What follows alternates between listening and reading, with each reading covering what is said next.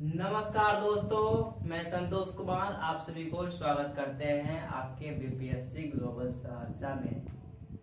आशा करता हूं कि आप लोग जो है बहुत ही मस्त होंगे और स्वस्थ होंगे और 2026 के बोर्ड एग्जाम के लिए बहुत ही अच्छी तरह से पढ़ाई कर रहे होंगे। तो जैसे कि हम लोग क्लास 12 हिस्ट्री जो है पढ़ रहे थे, उसमें जो है इससे पहले की वीडियो में हम लोग 2 चैप्टर कवर कर चुके हैं। यह जो है क्लास 12 इतिहास का तीसरा चैप्टर है, जिसका नाम है बंधुत्व, जाति तथा वर्ण। जिस तरह से हम लोग जो है क्लास 12 हिस्ट्री के चैप्टर 1 का कवर किए थे, हड़प्पा सभ्यता का ईंट बन के जाता है अस्थियां, उसी तरह से हम लोग जो है दूसरे चैप्टर को भी कवर किए थे। और आज हम लोग ले आ गए हैं क्लास 12 का तीसरा चैप्टर, जिसका नाम है बंधुत्व, जाति तथा वर्ण।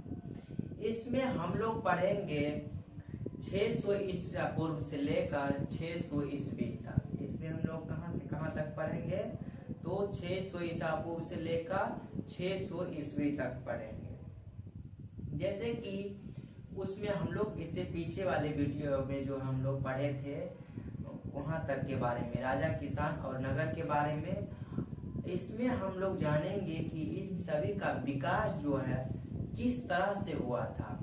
और इसमें जो है महाभारत का भी हम लोग वर्णन करेंगे। महाभारत का युद्ध सब का वर्णन करेंगे कि यह युद्ध कहाँ हुआ था, यह युद्ध कितने दिनों तक चला था, यह किनके बीच हुआ था। इन सभी के बारे में हम लोग इस वीडियो में डिस्कस करेंगे। तो चलिए हम लोग जानते हैं बंधुत्व, जाति तथा वर्ग। इसके बारे में हम लोग पहले जान लेते हैं। तो देखिए, इसमें हम लोग पढ़ेंगे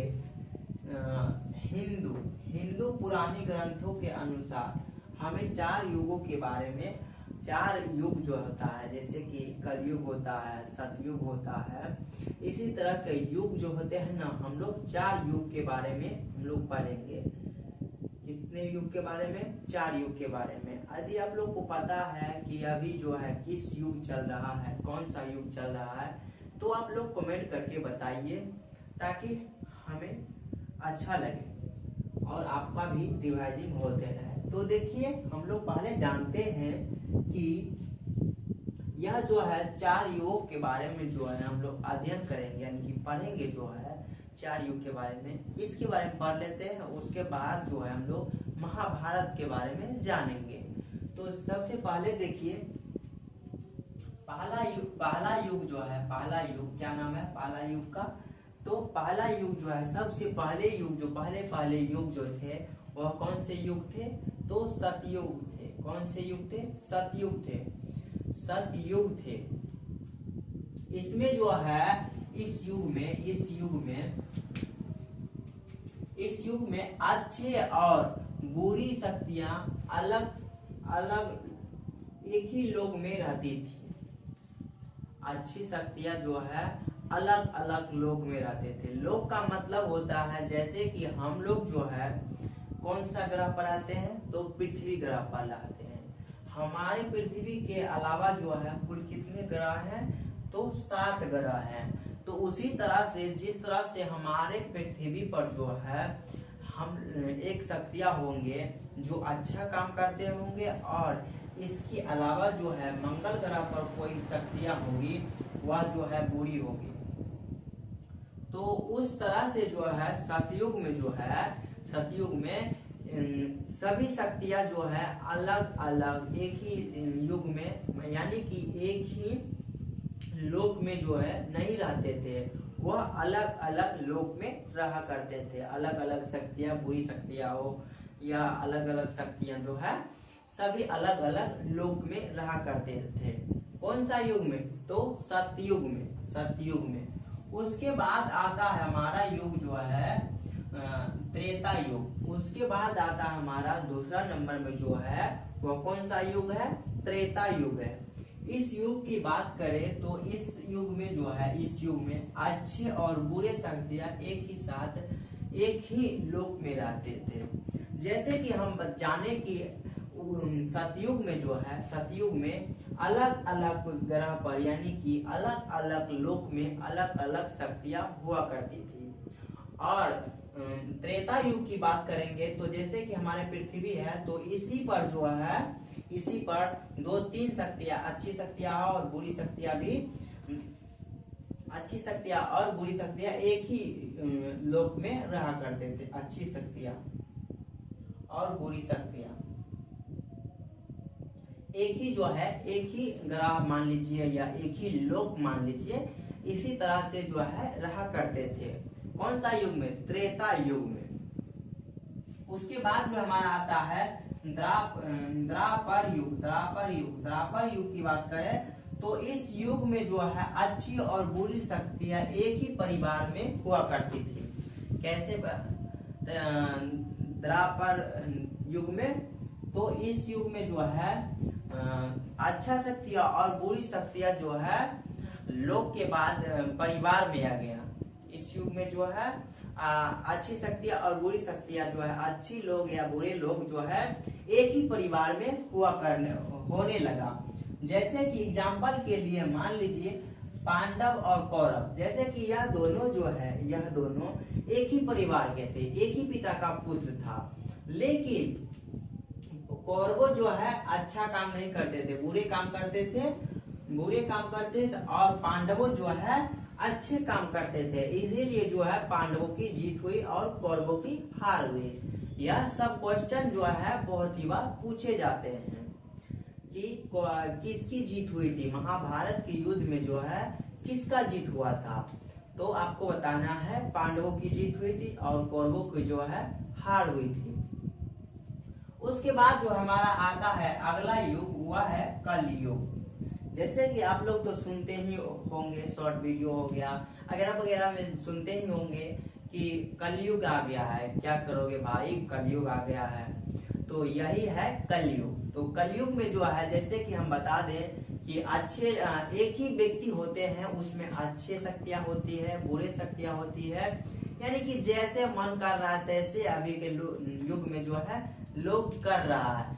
कहीं पे मारपीट कर रहा है, तो कहीं अच्छा है तो कहीं बुरा है। तो एक ही इंसान यानी कि एक ही व्यक्ति के अंदर जो है अच्छे शक्तियां हैं, बुरे शक्तियां हैं। किसी का अंदर प्यार है तो किसी का अंदर गुस्सा है। तो इसी को हम लोग कलयुग के नाम से जानते हैं। तो आपको यह 4 युग के बारे में जो है अच्छी तरह से नॉलेज हो गया होगा।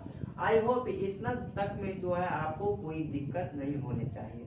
अगर आपको समझ में आ गया है तो प्लीज वीडियो को लाइक एंड सब्सक्राइब और अपने दोस्तों के साथ करें, ताकि हमें बहुत ही ज्यादा मोटिवेट हो।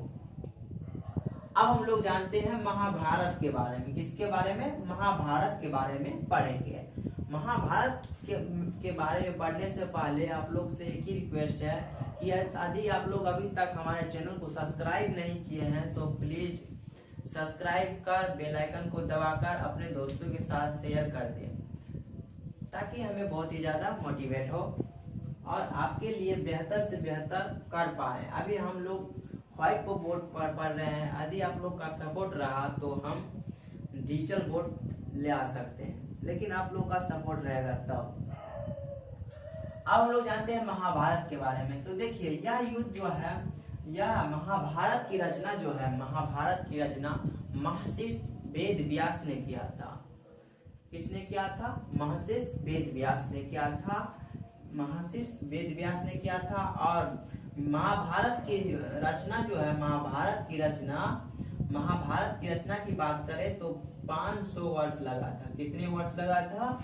500 वर्ष लग गया था। महाभारत जब लिखना प्रारंभ हुआ, महाभारत का जो है बारे में लिखना स्टार्ट किया, तो इसको लिखने में जो है कितना वर्ष लग गया? 500 वर्ष लग गया। और इसमें जो है महाभारत के बारे में जब लिखना स्टार्ट किया तो इसमें बहुत सारे विद्वान आए, इसके बारे में लिखते गए।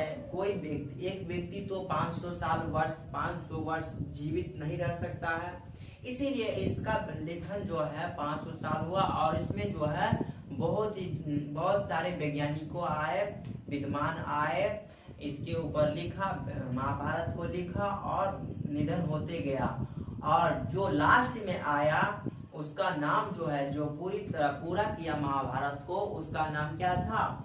तो वेद व्यास था। इसीलिए जो है महाभारत का पिता कहिए या महाभारत का लेखक कहिए, वेद व्यास के नाम से जानते हैं। जिस तरह से हम लोग जानते हैं कि संविधान का पिता जो है डॉक्टर भीमराव अंबेडकर है, तो उसमें जो है जैसे कि हम लोग को जानते हैं कि अकेले डॉक्टर भीमराव अंबेडकर तो संविधान लिखा नहीं, उसी तरह से हमारे महाभारत का भी कुछ कहानी है। तो आई होप इतना समझ में आ गया होगा। अब हम लोग जानते हैं कि यह युद्ध जो है किसके किसके बीच हुआ था। महाभारत जो है, जैसे कि हम पहले बता चुके हैं, यदि आप लोग को याद है तो कमेंट करके बताइए कि महाभारत का युद्ध जो है किसके किसके बीच हुआ था। तो यह युद्ध जो है कौरवों और पांडवों के बीच हुआ था, और यह युद्ध जो है कितना दिन तक चला था? तो 18 दिन तक चला था। कितने दिनों तक? तो 18 दिनों तक चला था। इस युद्ध में करोड़ों लोगों की जान गई थी। यानी कि यह युद्ध जो है लड़ा था, तो इसमें बहुत ही करोड़ों अरबों लोगों की जान क्षति हुई, मारे गए। क्योंकि एक दिन का युद्ध हुआ नहीं, और एक दिन युद्ध होता था तो उसमें बहुत ही ज्यादा सैनिक लेकर जाता था दोनों तरफ से, और वहां पे युद्ध करता था। तो इसके कारण जो है यह युद्ध में बहुत ही करोड़ों लोगों की जान मारे गए। तो इतना हम लोग समझ गए कि वेद व्यास का महाभारत का लेखक कौन है, इसका विशेषता क्या है, महाभारत की विशेषता क्या है, और इसमें कितने श्लोक हैं, इन सभी के बारे में जो है हम लोग नेक्स्ट वीडियो में जानेंगे। अगर आप लोग 2026 के बोर्ड एग्जाम में बहुत ही अच्छा मार्क्स लाना चाहते हैं क्लास 12 में, तो प्लीज हमारे चैनल को सब्सक्राइब करें और हमें सपोर्ट करें। अपने भाई और बहनों के साथ शेयर करें वीडियो देखें। इसके लिए बहुत बहुत धन्यवाद। जय हिंद। मिलते हैं नेक्स्ट वीडियो में।